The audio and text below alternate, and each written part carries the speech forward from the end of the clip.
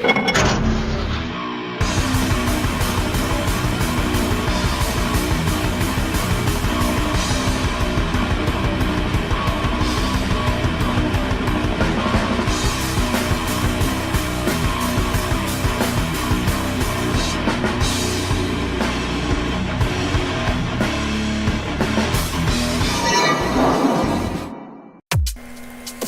what is going on YouTube? MechlordGames here today, coming at you with a deck profile of Yosenju's. Now, I have made this video 6 or 7 times, and just kept redoing it because I felt like I did such a bad job. So basically, I'm just going to tell you this, guys, right now. I'm going to explain this deck, I'm going to explain the effects, and give you a detailed walkthrough. So if you don't want to sit here forever for a deck profile, then you might want to just fucking skip ahead and just take a look at the cards and not sit there and listen to the explanations. Because I really want to explain this deck and kind of explain my point of view on this deck and the way that I play it and the why that I play it the way that I do. So, I've studied a lot of different deck builds for Yosenju's. I've seen a lot of different deck profiles, and I've seen many different styles and variations of this deck. You know, Joe Grizz, he has his stun build. He uses, like, you know, Thunder King and stuff. I personally don't like that. I just don't like that kind of build. It's not like, I want to play it in a certain style and a certain element. So that's kind of where I get my deck style from. Like, I like to play to my own style, my own element, my own degree, and kind of play off of a consistent deck. I've seen other people play the Pendulum build this deck, which is completely fine. You can do that too. The Pendulum build is fun, but as far as from a competitive aspect, the Pendulum build is not that competitive. So, let's get into our deck. Triple Combo 1. Yosenju Combo 1 is one of the best monsters in this deck by far. He has the ability to bounce face-up cards your opponent controls back to the hand, whether it be an annoying spell or an annoying trap card. This will just bounce that shit, get rid of it, get it back in your hand. As well as all the Yosenju combos have the ability to just keep normal summoning cards off, and you could just spam the board with the Yosenjus. So they're really good and a lot of fun to play.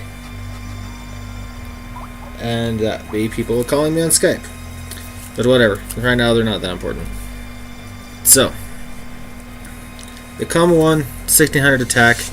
He's not the strongest, but he's definitely one of the best. I only run 2 Combo 2. I don't have a third one. I don't want a third one. Honestly, I like Combo 2 at 2.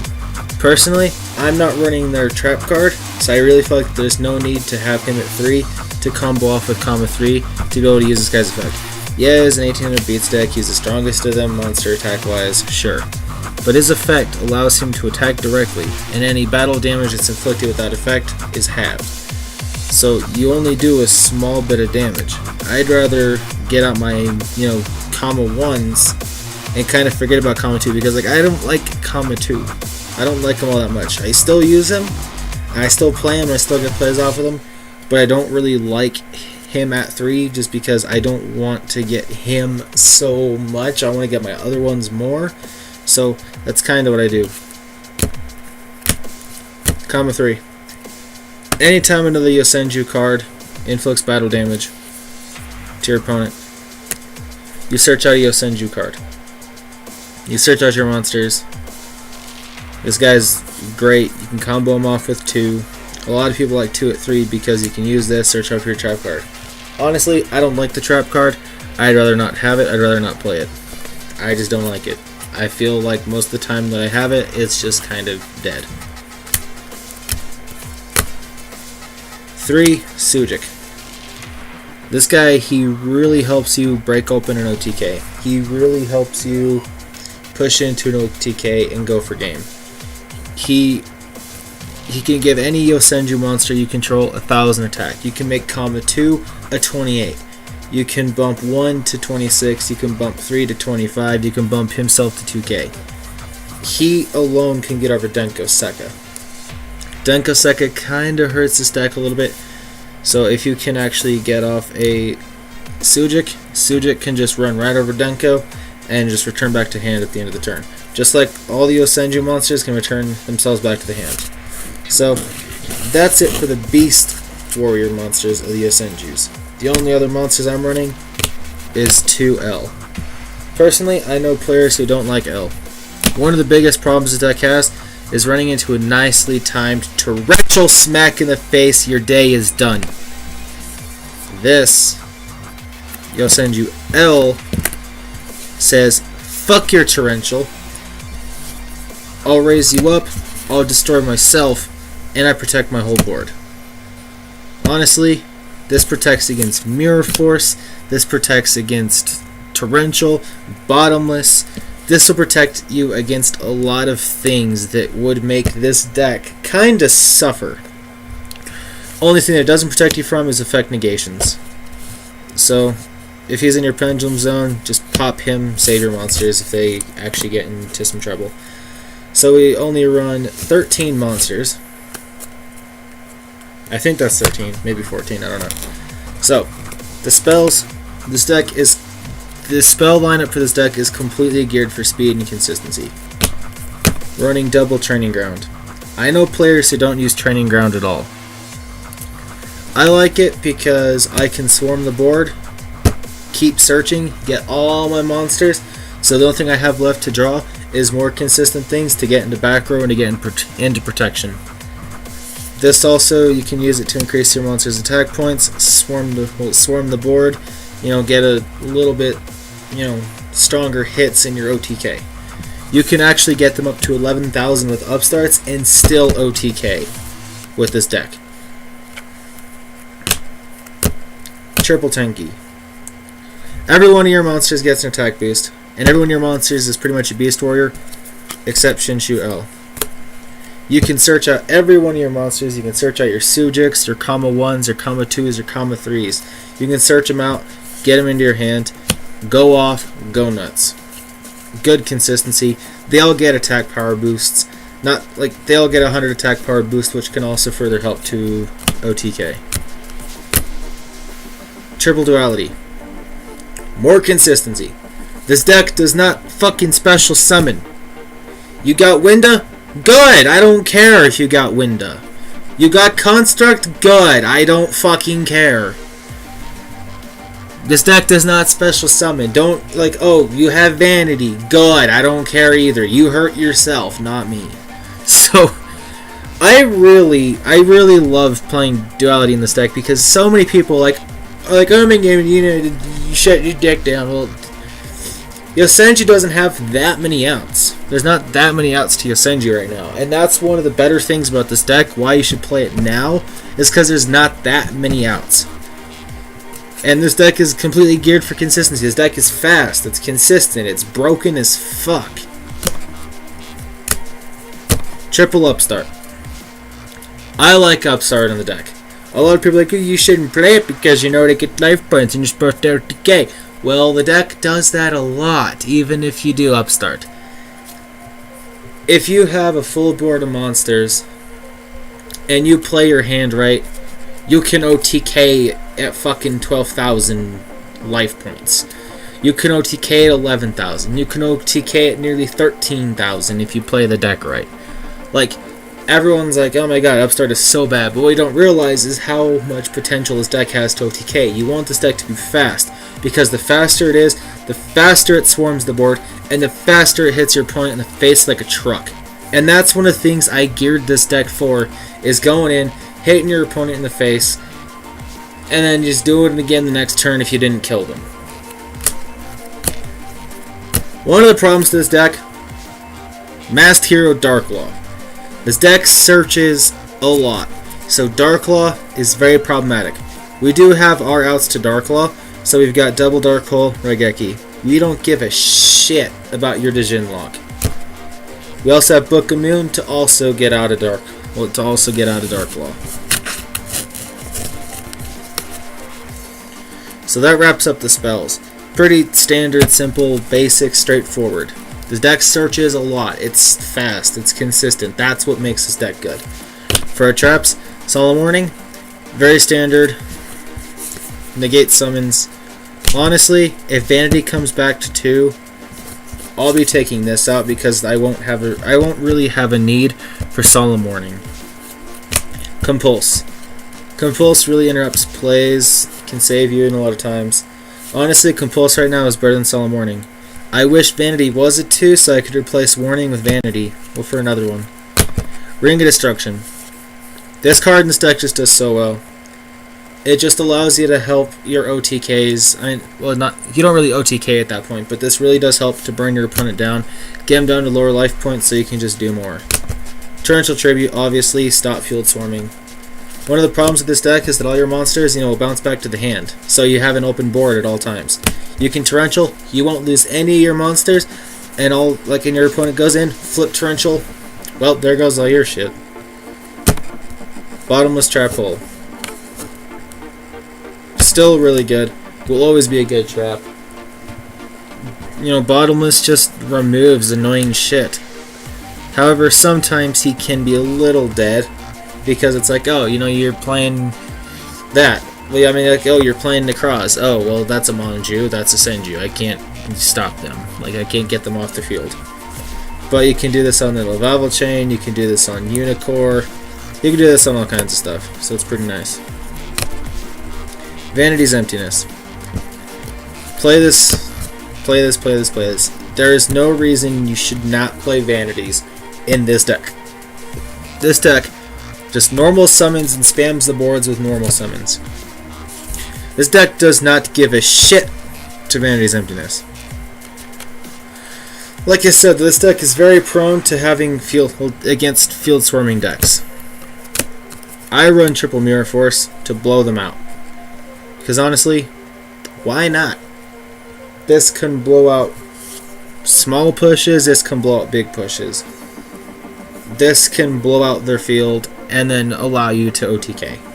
This just opens up so much more opportunities for you. I know people who play this at 2 for the same reason. I played at 3 just because you can get more of them done and you can just do more things. I've seen people play Breakthrough Scale in this deck. Breakthrough is alright and negates effects. But Fiendish Chain, so much better.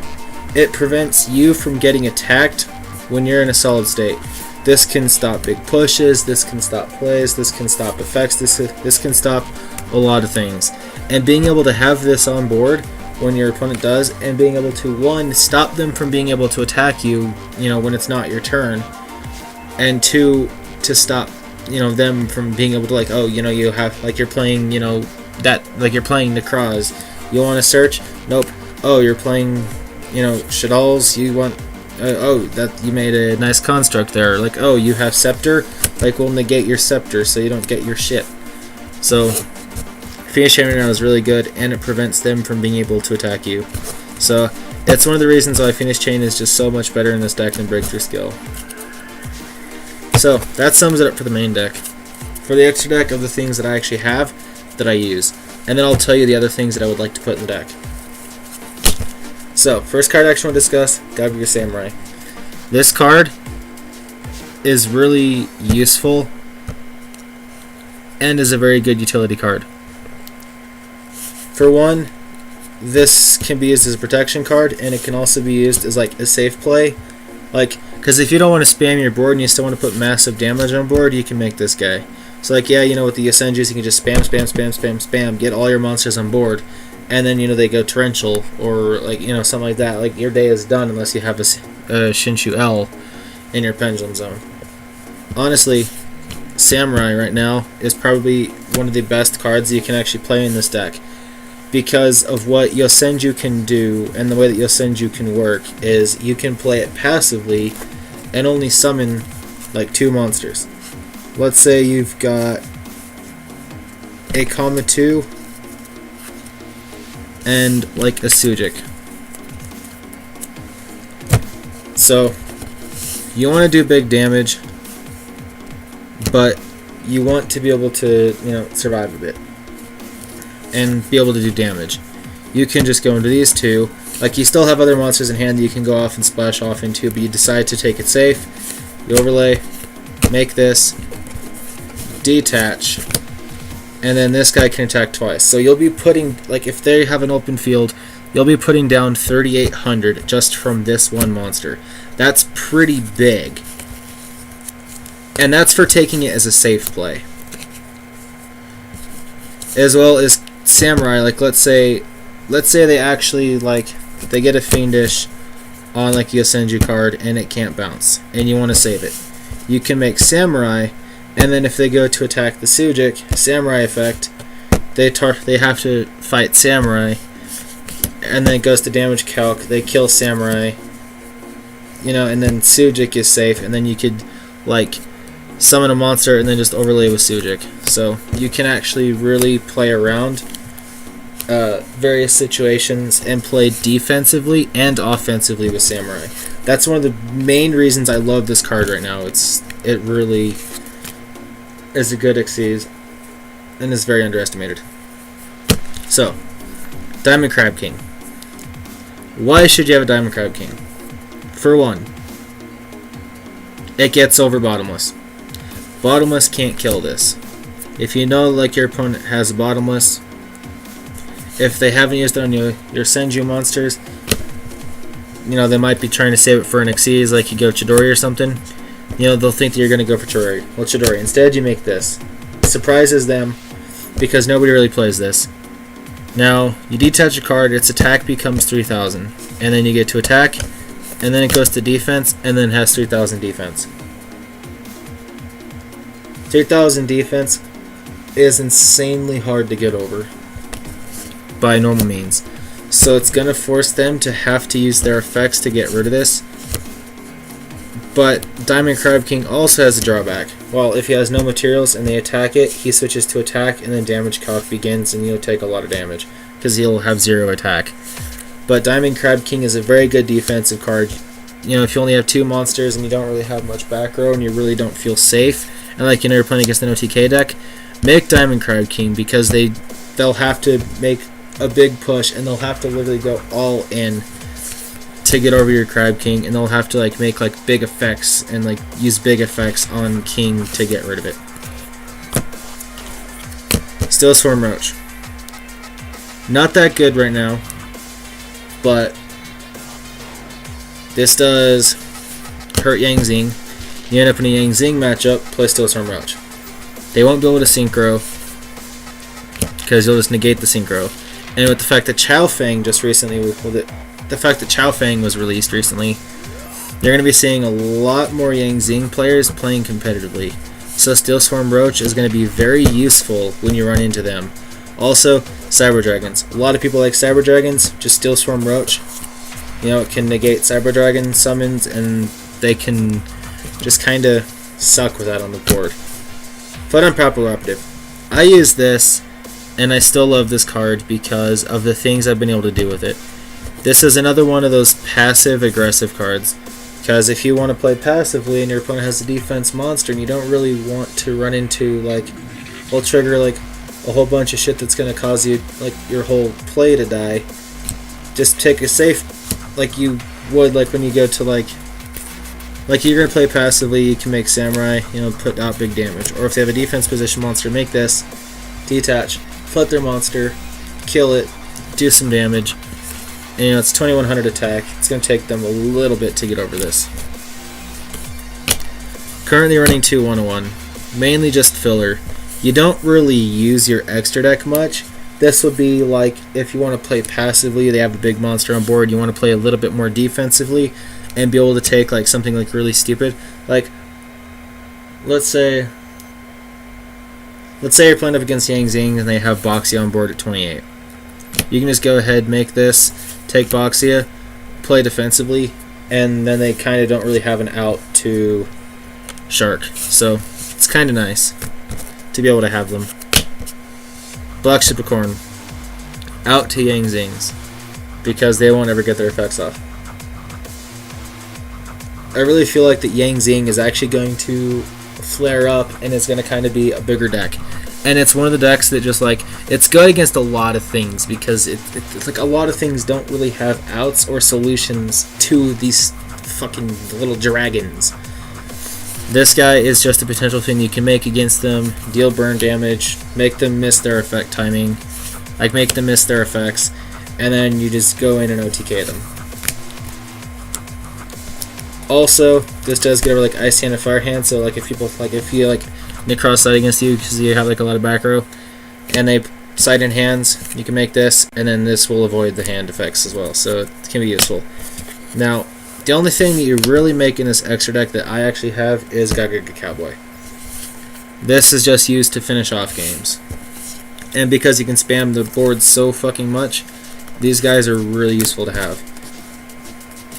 Of the things that I want to get a Giant Hand, because Giant Hand negates monster effects, which is I think one of the key things right now that we kind of need to be able to do, is negate more monster effects and be able to have like a big monster on board that can deal with threats. So like if you can make Giant Hand, it's 2000 attack, 2000 defense, can negate effects of monsters face up on the field. Like it can negate monsters effect that activates.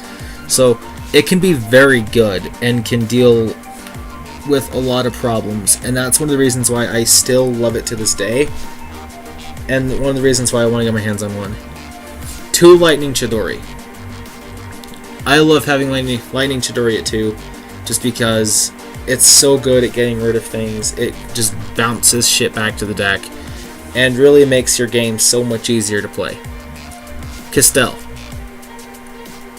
Castell is, if you don't want to waste a Chidori, and you want to make a slightly stronger monster that has a Chidori-like effect, you make Castell over Chidori.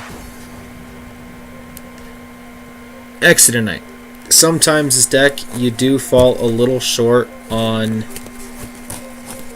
hand size sometimes, and you don't really have many outs or many outs to things. Like if you're in a grind game and like they've kind of like grinded you out a little bit, just make Exodonite using 2 monsters, nuke the board, and then just kind of control the game with Exodonite, although I wish I really had one. Xyz Rebellion Dragon. That's one of the key cards that I would love to play in this deck, because it can help get over problematic boards, get over bullshit, and can deal with so many problems that it's absolutely crazy. And that sums up the list of things that I need in the extra deck. So that's basically what the extra deck would be. So yeah, sorry this video was so long. I just really felt like that, this shit needed to be explained. So for my side deck currently, you don't have to pay much attention to this. This is just like, if you want to kind of play like in my style and you want to try the deck in my style. Personally, I like to play where I live. There's some people who play rogue decks. Satellar Knights are a big thing. They have a lot of nice they have a lot of nice outs to things. Flying Sea is really good against the Satellar Knights, really good against Burning Abyss, and I just don't like either of those decks. Like I want to play them, but I don't like playing against them because they're just the kind of decks that's like, we can go plus off of losing, like we don't care. So at least if I can stop you from being able to exceed summoning, you can't, go plus anymore. 2 Maxi. There are decks that I run into that still special summon a lot. Shadalls are one of them. Side this against Shadalls. They like to go in on their fucking scepters and chairs. Use this against them because it's going to make life so much easier for you. It really is. Also, if you go up against Sylvans, which I actually went up against Sylvans the other day, Maxi was hilarious because, in order for them to do anything, they had to go in, and I got, a +6, and then nuked their board, and just gone in and OTK'd. It was absolutely hilarious. Triple MST. Because cards like Mistake hurt this deck. Mistake does hurt. That is one thing that I will give credit. That does hurt. Things like Rivalry of Warlords and Goes in match, we can actually side that shit, and it actually would be pretty good because then it's like, oh, you can't control more than one type. So oh, you have Window, you can't make Construct. Or oh, you have a set monster, well, you can't, fusion summon except to get into, Winda. Those cards are really good in this deck because it can do so much effective work against different things like Necros, You know, they have dragons, they have warriors, they have some spellcasters. So they have various different types of things they want to do. Like they control a fairy, like they go Manju. Well, guess what? You can't summon into anything else. So you could actually easily abuse those in your side deck, and I might actually do that. Triple Prohibition. This is an MVP in my opinion, because this just, oh my god, you can use this against anything and you can fucking shut down anything so fucking quick. Like, I'm not even kidding, you can shut down any deck. Like, if there's a deck out there, you can shut it down. Like, you can actually shut it down, because you can call out anything in the deck and you could just shut it down. Like, oh, yeah, that's nice. Yeah, we'll just shut that down. Like, you know, like if you know the meta very well and you know like the deck very well, like the point of the deck, you just go Prohibition, call the card out, shut the deck down. Mind Drain. Because of the fact that things like Effect Veiler exist. Effect Veiler hurts this deck. We don't like Effect Veilers, and I know that some people side Effect Veiler, some people main it. This is really good against it. Also against Necroz, it hurts the Colossus search and it hurts the Brionac searches, but this isn't like something that you want to see all the time. Like, I don't know. Kind of glad it's at 1 because it doesn't really have that much of a use. And we have Triple Mind Crush, because pretty much everything these days searches. Mind Crush, just let me see your hand, I'll get rid of your shit. So, that's it for the deck profile, guys. I hope you guys enjoy this deck as much as I do, and I hope that my explanation of this particular deck and the way that I play this deck and the way that I built this deck really helps you understand it, because this deck is a lot of fun to me, and I love this deck. You know, it's a lot of fun to play, and it's very competitive, while yet being able to stay fast, do its job, and be able to just do things and do things and do things, and, you know, force themselves upon your opponent. Like, your opponent, you know, your opponent doesn't really know what to do against them, because it's just like, you know, you have these things and these responses, and, you know, we can just say no. You know, we can get over whatever you do, and that's one of the reasons why I love Yosenju. Yosenju is a very strong deck that can get over a lot of things and get over a lot of problems. And that's one of the main reasons right now why I love this deck. And it is kind of being the case where it is topping a bit. So you are going to see Yosenju's on the top for a little bit. I don't think this deck is that good enough though for it to get hurt, like on a ban list. So it's not going to be anything like we're going to get key cards from us taken. Like, if anything, like they might hit tanky, which is going to suck, because that's going to really hurt the consistency. But then, you know, you can just play other things that are just other draw power. So, I mean, the deck does have ways that it can be used, and the deck does have things that it can do. So, I mean, so that's kind of, I don't know, it's kind of interesting to see what Konami is going to do with this new ban list, due to, like, the crazy drastic amount of decks right now that are actually topping. And right now, like, everything's kind of turned into, like, a back row format now. So a lot of the top decks are just back row central. As far as like main deck, like everything's like back row central. Like, you got Volcanics, you got, you know, people playing Yosenju Stun, you got people, you know, I actually saw some Worm players doing good. Like, I saw out in New Zealand, well, it wasn't New Zealand, like somebody like actually came top 8 with, you know, Dino Rabbit, and the fact that Dino Rabbit just got a new card out called Unexpected Die. Well, an unexpected die, like they'll just be able to summon their vanillas from the deck, and then they'll just be able to go off and do things. So it's kind of nice to see, you know, that there are a lot of different things right now topping, and that it's a very diverse format. And that's one of the reasons why, you know, I'm playing Yosenju, because Yosenju would be more considered a rogue deck really than a meta deck, but it actually is doing really well, and it is a really strong deck. And a lot of people are kind of hating on it, like, oh, you know, it's a faggot-ass bitch deck, which, I mean, yeah, a lot of people are going to agree on that, and I'm not going to stop them from agreeing, but everyone's entitled to their opinion, and everyone's entitled to, you know, what they think the deck is good for, what the deck is going to do, and what the deck is capable of doing. But to see that this deck particularly is doing so well for me, and is doing so well for others, I feel like is a good sign that this deck may get some more support and may get a little bit stronger and maybe a little bit better. And the deck is blowing out. Well, the deck is kind of blowing up a little bit, and people are loving this deck and people are playing this deck a lot. So that's one of the reasons why I wanted to play this deck and kind of like explore what this deck really has to offer as far as in terms of the metagame. I know that a lot of times I don't really play the metagame IRL, but now the fact that I actually do have like a good deck that's worth, you know, being competitive, you know, I really feel confident in this deck, and I really feel like that this deck is good, and I feel safe playing this deck because I know what the meta does. I know what I can do to them. Yeah, they know what this deck does. They know what they can do to me, but I'm just confident in my ability. I really am confident in myself and confident in my ability as far as to what this deck can do, what I can do with this deck, and I'm really happy to see that for me, it's doing so well. And got some Denko swagger. But yeah, let me know what you guys think about the deck. Leave your opinions in the comment section down below. Remember to click that subscribe button if you want to see some more Yu-Gi-Oh videos, and I will see you guys later on the next video. If the camera will fucking stop.